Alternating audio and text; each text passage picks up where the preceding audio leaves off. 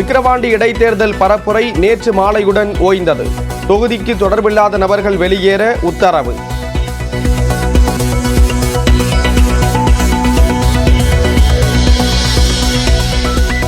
பாஜகவை பார்த்து பயந்ததால் இடைத்தேர்தலில் அதிமுக போட்டியிடவில்லை என அமைச்சர் உதயநிதி ஸ்டாலின் கருத்து.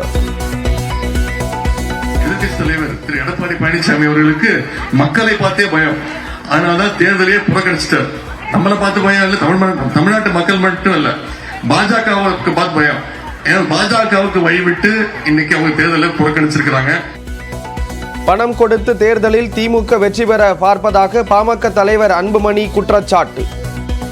இந்த மாவட்டத்தின் மானம் மட்டுமல்ல, உங்களிடம் இருப்பது தமிழ்நாட்டின் மானம், மரியாதை உங்களிடம் இருக்கிறது, அந்த பொறுப்பு உங்களிடம் இருக்கிறது, அந்த கடமை உங்களிடம் இருக்கிறது. காரணம், இந்த தேர்தலில் ஒரு பக்கம் திமுக, மற்றொரு பக்கம் பாட்டாளி மக்கள் கட்சி. நாம் திமுகவை பொறுத்தவரை இது இன்னொரு தேர்தல், அவ்வளவுதான். அரசுமுறை பயணமாக ரஷ்யா சென்ற பிரதமர் மோடிக்கு மாஸ்கோ விமான நிலையத்தில் சிவப்பு கம்பள வரவேற்பு. இந்தி வம்சாவளி மக்களின் உற்சாக வரவேற்பையும் ஏற்றுக்கொண்டார்.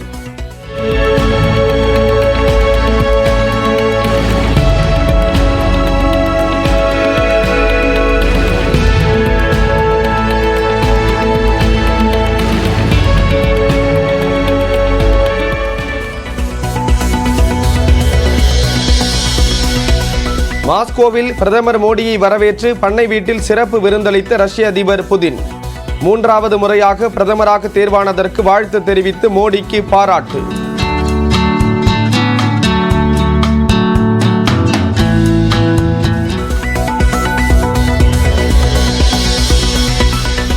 நீட் வினாத்தாள் கசிவு பிரச்சனையில் தவறு இழைத்தவர்களை கண்டறிய முடியாவிட்டால் மறுதேர்வு கட்டாயம் என உச்சநீதிமன்றம் திட்டவட்டம்.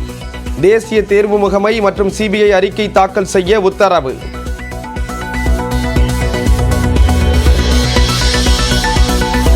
மத்திய அரசின் புதிய குற்றவியல் சட்டங்களில் மாநில அளவில் திருத்தங்கள் செய்ய குழு.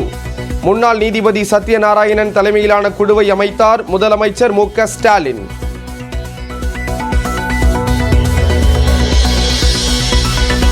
சென்னை காவல் ஆணையராக பொறுப்பேற்றார் கூடுதல் டிஜிபி அருண்.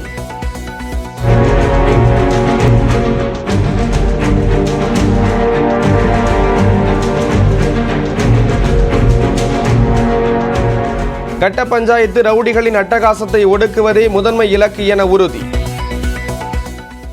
சட்டம் ஒழுங்கை மெயின்டைன் பண்ணணும். அடுத்து குற்றங்களை தடுக்கணும், நடந்த குற்றங்களை கண்டுபிடிக்கணும், ரவுடிகளை ஒடுக்கணும். ரவுடிகளுக்கு அவங்களுக்கு புரிகிற மாதிரி வகையில் சொல்லிக் கொடுக்கணும். சரியா?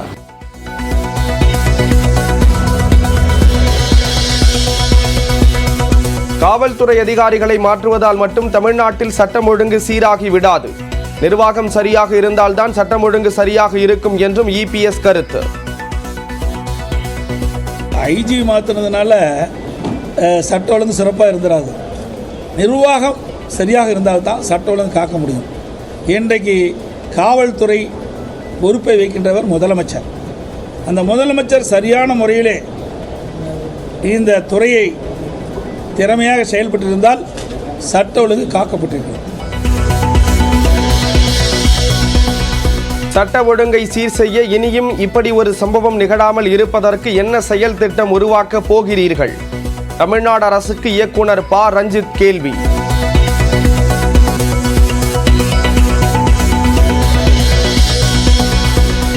கலவரத்தால் பாதிக்கப்பட்ட மக்களின் வலியை புரிந்து ஆறுதல் கூற பிரதமர் மோடி மணிப்பூர் வர வேண்டும். முகாம்களில் தங்கி உள்ளவர்களை சந்தித்து பேசிய பின் ராகுல் காந்தி பேட்டி. And in this huge tragedy, I request the Prime Minister to take 1 day, 2 days of his time and just come and listen to the people of Manipur. It will comfort the people of Manipur, and we are, as the Congress Party, ready to support anything that would improve the situation here. கனமழை பாதிப்பிலிருந்து மீளாத மும்பையின் பல இடங்களில் போக்குவரத்து பாதிப்பு.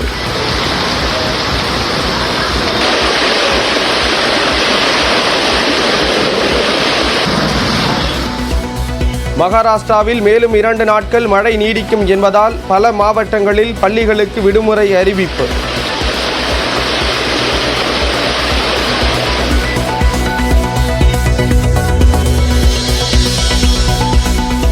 ஹேமந்த் சோரனுக்கு ஜாமீன் வழங்கியதற்கு எதிராக உச்சநீதிமன்றத்தில் அமலாக்கத்துறை முறையீடு. அனைத்து அம்சங்களையும் ஜார்க்கண்ட் உயர்நீதிமன்றம் ஆராயவில்லை என்று புகார்.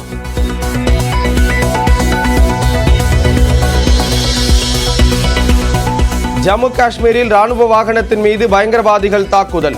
5 ராணுவ வீரர்கள் வீரமரணம், காயமடைந்த 4 வீரர்கள் மருத்துவமனையில் அனுமதி.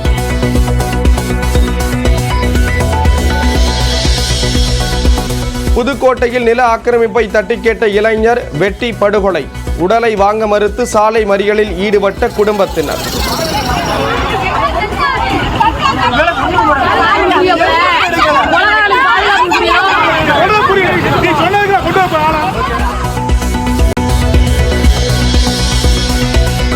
கள்ளக்குறிச்சி கள்ளச்சாராய சம்பவத்தில் மேலும் ஒருவர் கைது. சங்கராபுரம் காவல் நிலையத்தில் பதிவு செய்யப்பட்டிருந்த வழக்கும் சிபிசிஐடிக்கு மாற்றம்.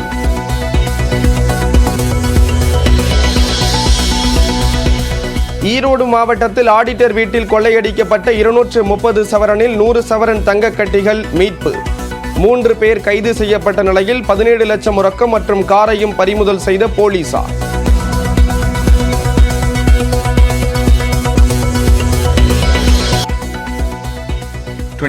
ஜூலை அந்த ஸ்டேடியம் உள்ள அந்த ஃப்ளாக் எடுத்துகிட்டு போகும்போது அந்த மூமெண்ட்ஸ் வந்து ரெகுலராக மெமரியில் ஃப்ளாஷ் ஆகிட்டே இருக்கு.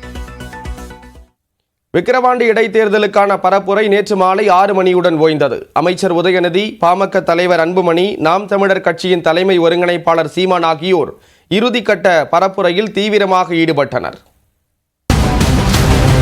கடந்த ஏப்ரல் மாதம் 6ஆம் தேதி திமுக எம்எல்ஏ புகழேந்தி காலமானார். இதையடுத்து விக்கிரவாண்டி தொகுதி காலியானதாக அறிவிக்கப்பட்டது.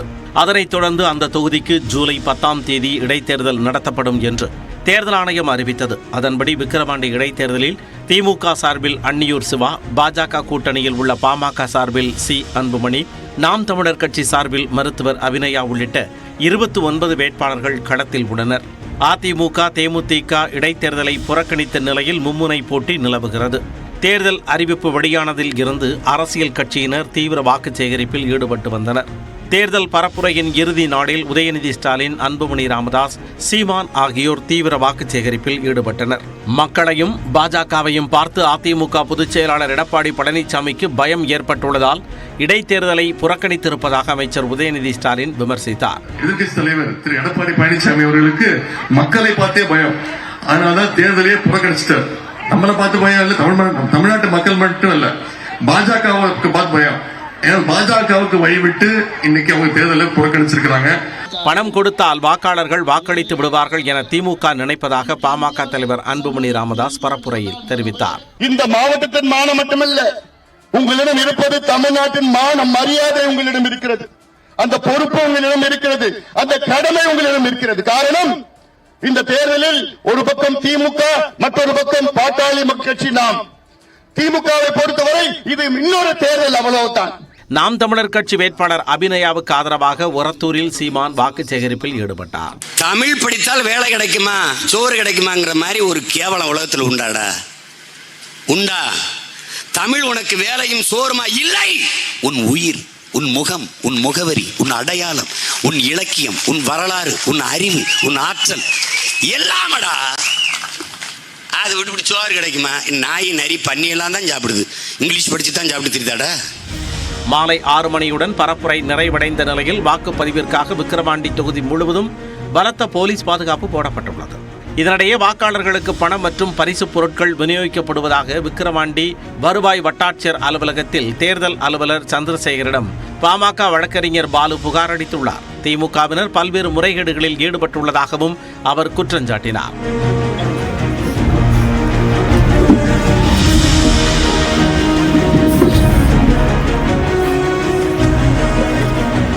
விக்கிரவாண்டி இடைத்தேர்தலுக்கான வாக்குப்பதிவு நாளை நடைபெறவுள்ள நிலையில் அதற்கான ஏற்பாடுகள் தீவிரமாக நடைபெற்று வருகின்றன. இங்குள்ள 276 வாக்குச்சாவடிகளில் 2,30,000 மேற்பட்ட வாக்காளர்கள் இடைத்தேர்தலில் வாக்களிக்க உள்ளனர். இதையொட்டி வாக்குப்பதிவுக்கு தேவையான பென்சில், பேனா, மை உள்ளிட்ட பொருட்கள் விக்கிரவாண்டி வருவாய் வட்டாட்சியர் அலுவலகத்தில் இருந்து வாக்குச்சாவடி மையங்களுக்கு அனுப்பும் பணி நடைபெற்றது. தேர்தலை அமைதியான முறையில் நடத்துவதற்காக தேர்தல் ஆணையம் விரிவான ஏற்பாடுகளை மேற்கொண்டு வருகிறது. இடைத்தேர்தலில் பதிவாகும் வாக்குகள் வரும் 13ஆம் தேதி எண்ணப்பட்டு முடிவுகள் அறிவிக்கப்பட உள்ளன. விக்கிரவாண்டி தொகுதியில் இடைத்தேர்தல் பரப்புரை ஓய்ந்த நிலையில் தங்கும் விடுதிகள் மற்றும் திருமண மண்டபங்களில் தொகுதிக்கு தொடர்பில்லாத நபர்கள் தங்கியிருக்கிறார்களா என போலீசார் தீவிர சோதனை நடத்தினர். விக்கிரவாண்டி தொகுதிக்குள் வெளிநபர்கள் நுழைவதை தடுக்கவும், பணம் மற்றும் பரிசுப் பொருட்கள் கொண்டு செல்லப்படுவதை தடுக்கவும் பல்வேறு முக்கிய சாலைகளில் துணை ராணுவ படையினருடன் இணைந்து போலீசாரும் தேர்தல் பறக்கும் படையினரும் தீவிர வாகன தணிக்கையில் ஈடுபட்டனர். விக்கிரவாண்டி இடைத்தேர்தலையொட்டி அசம்பாவித சம்பவங்கள் நிகழாமல் தடுக்கும் வகையில் 220 துணை ராணுவ படையினர் மற்றும் 2500க்கும் மேற்பட்ட போலீசார் பாதுகாப்பு பணியில் ஈடுபடுத்தப்பட்டிருக்கிறார்கள்.